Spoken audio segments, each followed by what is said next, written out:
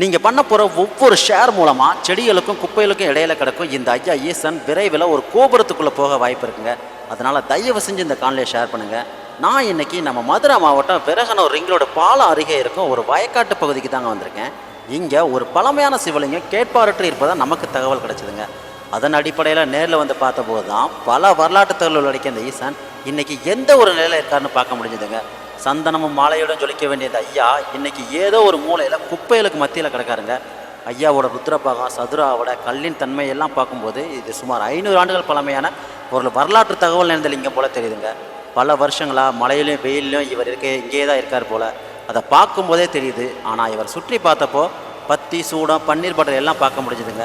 யாரோ சிலர் இவரை இங்கே வந்து தொடர்ந்து வழிபாட்டு வராங்க.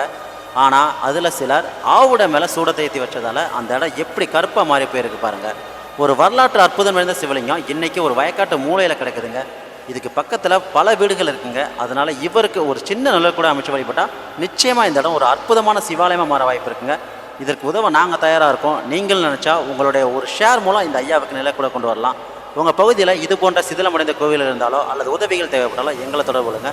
நாங்கள் உங்களை தேடி வருவோம். நன்றி.